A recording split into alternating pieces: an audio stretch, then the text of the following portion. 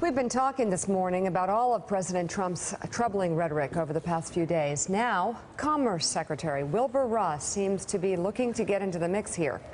Speaking at a conference in Los Angeles yesterday, Variety reports that Ross recalled the scene at Mar-a-Lago on April 6th, when President Trump ordered the airstrike against Syrian forces as he hosted the Chinese president.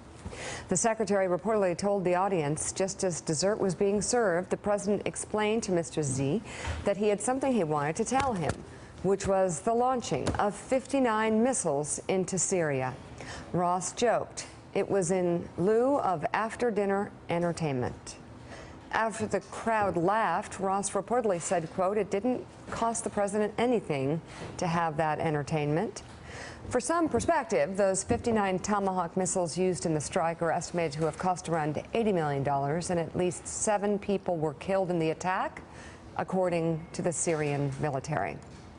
With us now from Capitol Hill, the chairman of the Senate Armed Services Committee, Republican Senator John McCain of Arizona. Senator, so great to talk to you. A lot to cover. Let's start, though, obviously, with one of the glaring statements the president said yesterday, that he would be honored to meet the dictator of North Korea. Your reaction to that? I don't understand it, and I don't think that the president appreciates the fact that when he says things like that, it helps the credibility and the prestige of this really outrageous strongman. You know, the largest gulag left on earth is in North Korea, and we all know about their human rights abuses and others. Joe, I've been thinking about this, and also about the comments about the president of the Philippines. And you and I are old enough to remember being Reagan Republicans. And one thing that Reagan did was he praised people who stood up against dictatorships. Remember when he mentioned Nathan Sharansky's incarceration, and how it encouraged those who were standing up against the Soviet Union, and how it ricocheted around the Gulag and take down this wall. This is a dramatic departure from the kind of approach to foreign policy and human rights that I admired Ronald Reagan so much for, and I think one of the reasons why he was one of the most successful presidents in history. Why does there seem to be a trend that this president praises tyrants in North Korea, tyrants in Russia, autocrats in Turkey, murderers in the Philippines, and what concern are our fellow Republicans on the Hill voicing, at least behind the scenes, about this? Well, I think it's very disturbing. It's disturbing because we are proud Republicans and we stand for human rights. The reason why the United States of America was called the shining city on a hill, one of the major reasons why we won the Cold War, we stood in stark contrast to the then Soviet Union. And so one of the pillars of America, and the reason why so many people around the world want to be like us, is because we do stand for these things.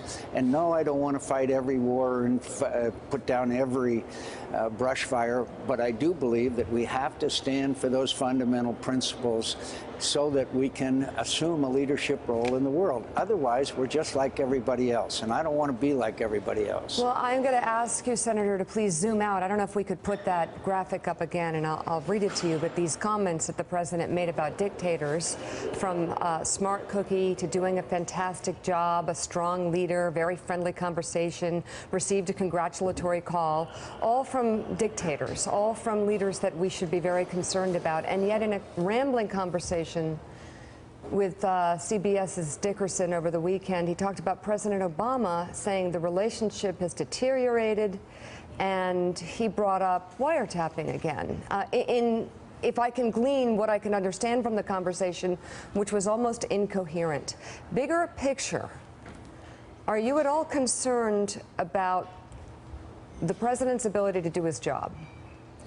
Well, when the president does his job, such as the cruise missile strike, such as selecting a national security team that is of the strongest that I've seen, such as many of the actual actions that he has taken, I have been strongly supportive, and I will continue. His commitment to restoring our military, which is in terrible disarray, terrible state right now, and I won't go through all the statistics, including 2/3 of our fighter aircraft are down for lack of parts. So there are many things that the president has done that I strongly support as far as national security. But the statements and the comments obviously fly in the face of everything that I've stood for and believed in all of my life. Mike Barnicle. Senator, very few senators travel the world as much as you do. You speak to people who also travel the world, and they come back reporting that world leaders and people of influence in other countries, when they hear about these things that our president says, our president does, they basically reply with one word: it's sad. Do you agree with that assessment that appears to be growing around the world among our allies and people who looked to the United States? I think it's more confusion than anything else because of the contradictory statements that the president makes. About half the time, I agree with it, you know, because one day it's one comment and another, and then the next day another. Consistency has got to be the fundamental pillar of the conduct of national security policy. And I wish that the president would consider much more carefully his comments, particularly in praise of a North Korean. He's worse than a dictator. He's a despot. I run out of adjectives and adverbs. And this guy in the Philippines has praised extrajudicial killings of people. 7,000, I've been read, have been killed. You can't praise that kind of behavior and not raise concerns around the world, particularly when I would argue that democracy is in greater assault and pressure now when you look at the flow of refugees, when you look at all the strains, the rise of ultra-nationalist leaders in various countries in Europe, like Hungary and others. We need the message of freedom, a message of human rights, the message that we stand for democracy more than ever before. So, Senator, I'm looking at on Google, American president calling the president of the Philippines a, quote, respected voice for reason and moderation. That was Ronald Reagan about Ferdinand Marcos early on before the Reagan administration turned on him. So I'm just wondering, just to put in context, haven't previous presidents, including President Reagan, who you cited, at times praised leaders who don't act in ways consistent with our values? What's the difference between that and what President Trump is doing? Well, my friend, to compare, look, Ronald Reagan was by no means perfect. He made many mistakes. Iran-Contra is probably one of the best examples. But from the beginning, he may have made a comment about Marcos or something, but from the beginning, Ronald Reagan, he stood in Berlin and said, take down this wall. He said Nathan Sharansky should be free. Jackson Vanik he supported, which required the exodus and immigration of Jewish people from then Soviet Union. Look, you can find a comment or a statement that Ronald Reagan made, my friend, but have no doubt about what his principles were and what he espoused and what he succeeded in doing. In the words of Margaret Thatcher, he won the Cold War without firing a shot, and it was standing up for democracy and freedom that was one of the main elements. All right.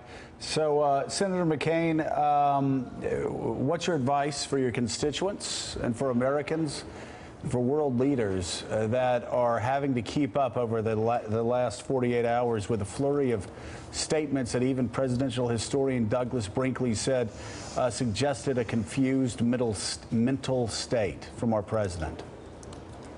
My words are them, as I recently a visit I made to Europe, is that presidents grow in office. I still believe this president can grow in office. I think he has surrounded himself with a strong national security team. I supported his cruise missile strike. I think for the first time we are standing up to Russia. We are standing up for the people that are under assault in places like Mosul and Raqqa, and we are doing some good things. And the president's commitment to rebuild a military, which is not happening here, by the way, with this bill we're about to pass, but his commitment for that, I think, is very important, and I strongly support it. All right, Senator John McCain, thank you. Thank you. Hey there, I'm Chris Hayes from MSNBC. Thanks for watching MSNBC on YouTube. If you want to keep up to date with the videos we're putting out, you can click subscribe just below me or click over on this list to see lots of other great videos.